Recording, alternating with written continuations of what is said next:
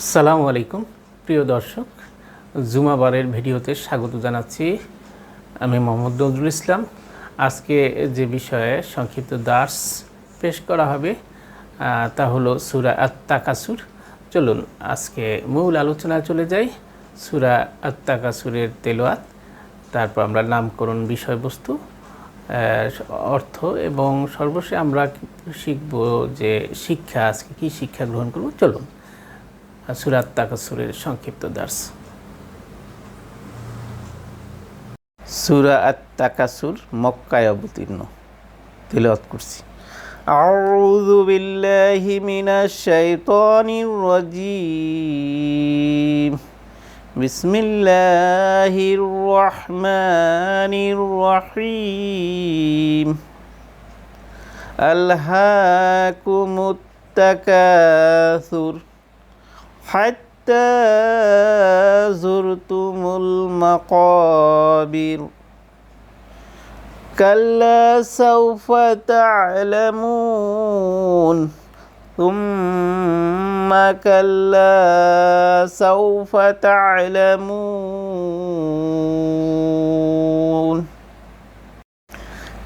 কাল্লা লাউ تعلمون علم اليقين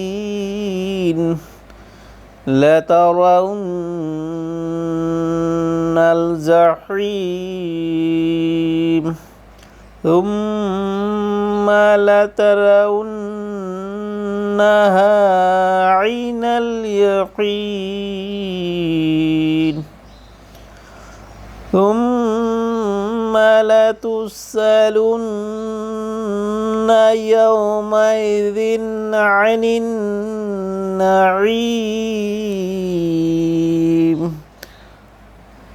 صدق الله العظيم।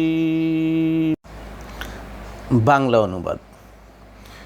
প্রাচুর্যের লালসা তোমাদেরকে গাফেল রাখে, এমনকি তোমরা কবরস্থানে পৌঁছে যাও।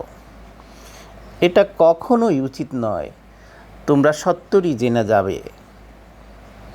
অতঃপর এটা কখনোই উচিত নয়, তোমরা সত্তরই জেনে নেবে।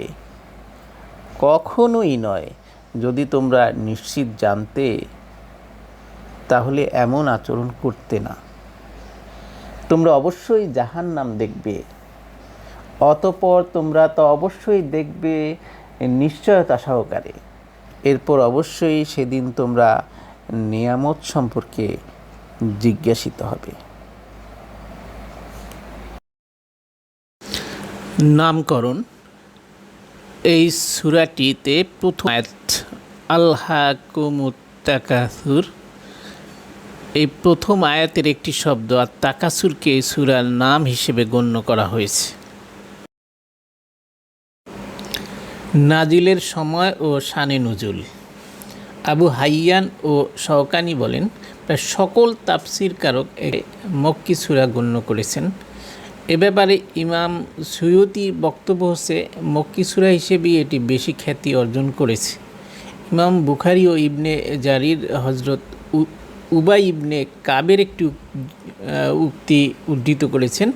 তাতে তিনি বলেছেন, আমরা রাসূল করিম সাল্লাল্লাহু আলাইহি ওয়াসাল্লামের বাণীটিকে বনি আদমের কাছে যদি দুই উপত্যকা সমান সম্পদ থাকে, তারপরও সে তৃতীয় একটি উপত্যকার আকাঙ্ক্ষা করবে। আদম সন্তানের পেট মাটি ছাড়া আর কিছু দিয়ে ভরে না। এই কথাটিকে কুরআনের মধ্যে মনে করতাম, এমনকি শেষ পর্যন্ত আলহাকুমুত তাকাসুর সূরাটি নাজিল হয়। অর্থাৎ এই যে কথা হযরত মুহাম্মদ সাল্লাল্লাহু আলাইহি ওয়াসাল্লামের যে বক্তব্য, যে কথাটি, যে মানুষের লোভের এত আকাঙ্ক্ষা, যে বেশি পাওয়ার যে আকাঙ্ক্ষা, সেই আকাঙ্ক্ষা এতটাই বেশি যে মৃত্যু কবর পর্যন্ত পৌঁছে যায়। কবরে গিয়ে যখন মাটি পেটের ভিতরে ঢোকে, তখনই তাদের এই আকাঙ্ক্ষা শেষ হয়। সেই কথাটি কোরআনের কথা মনে করা হতো, কিন্তু পরবর্তী কোরআনের আয়াত অর্থাৎ এই সূরাটি নাজিল হওয়ার পর তা নিশ্চিত হয়েছে ওটা মুহাম্মদ সাল্লাল্লাহু আলাইহি ওয়াসাল্লামেরই কথা, আর এইটি হচ্ছে পবিত্র কোরআনে পাকের অংশ। বিষয়বস্তু। প্রাচুর্যের লোভ মানুষকে আখেরাত ভুলিয়ে রাখে, কিন্তু না, তাকে দুনিয়া ছাড়তেই হবে এবং আখেরাতে পাড়ি দিতেই হবে। আমাদের সকল আল্লাহর দেয়া নিয়ামতের ব্যাপারে জিজ্ঞাসা করা হবে। এ সূরার মূল বিষয়বস্তু হলো আখেরাত। আখেরাত সম্পর্কে সজাগ এবং আখেরাতে যে অর্জিত সম্পদের হিসাব নেওয়া হবে সে বিষয়ে সতর্ক করা হয়েছে। শিক্ষা ১. শরীয়ত নির্ধারিত আবশ্যিক দায় দায়িত্ব পালন, সামর্থ্য অনুযায়ী দান সদকা ও নেক কাজে ব্যয় না করে সম্পদ জমিয়ে রাখা অন্যায়। সম্পদ আল্লাহই দান করেন। সম্পদ লাভ করলে আল্লাহর প্রতি কৃতজ্ঞ হওয়া উচিত এবং তার নির্দেশিত পথে সম্পদ ব্যয় করা উচিত। ২. প্রতিটি মানুষকেই কবরে যেতে হবে। দুনিয়ার সব লোভ লালসার ইতি ঘটবে মৃত্যু ও কবরে পুষার মাধ্যমে। মৃত্যুক্ষণ উপস্থিত হওয়ার আগেই দুনিয়ার মোহ ও লোভ লালসা থেকে তওবা করা উচিত। ৩. কবরের আযাব সত্য। দুনিয়ার জীবনে অন্যায় ও পাপাচার করে থাকলে কবরের জগতে শাস্তির মুখোমুখি হতে হবে। কবরের আযাবের বিশ্বাস ও ভয় যেন আমাদের অন্তরে থাকে। ৪. মৃত্যুর পর প্রত্যেককেই আবার জীবিত করা হবে। প্রত্যেকেই হিসাব নিকাশ ও বিচারের মুখোমুখি হবে। জাহান্নামের শাস্তির ভয়াবহতা দেখবে এবং নিজের কৃত ভালো বা মন্দ কাজ অনুযায়ী প্রতিদান বা শাস্তি পাবে। ৫. বিচার দিবসে দুনিয়ার জীবনের ভোগ বিলাস ও আরাম আয়েশ সম্পর্কে মানুষকে প্রশ্ন করা হবে যে আল্লাহর এত বিপুল নেয়ামতের কী কৃতজ্ঞতা তারা আদায় করেছে। তাই আল্লাহ সম্পদ ও সচ্ছলতা দান করলে তার কৃতজ্ঞতা আদায়ের জন্য সামর্থ্য অনুযায়ী দান সদকা করা উচিত। অসচ্ছল ও অভাবীদের পাশে দাঁড়ানো উচিত। এই 5টি শিক্ষা সূরা আত-তাকাসুর থেকে আমরা বুঝতে পারি এবং আমাদের এই যে গাফেল হলে চলবে না, সম্পদের জন্য আল্লাহর কাছে কৃতজ্ঞতা স্বীকার করতে হবে এবং আমাদেরকে যে জিজ্ঞাসা করা হবে সে বিষয়ে সতর্ক থাকতে হবে। আল্লাহ আমাদেরকে এই 5টি শিক্ষা গ্রহণ করার তৌফিক দান করুন।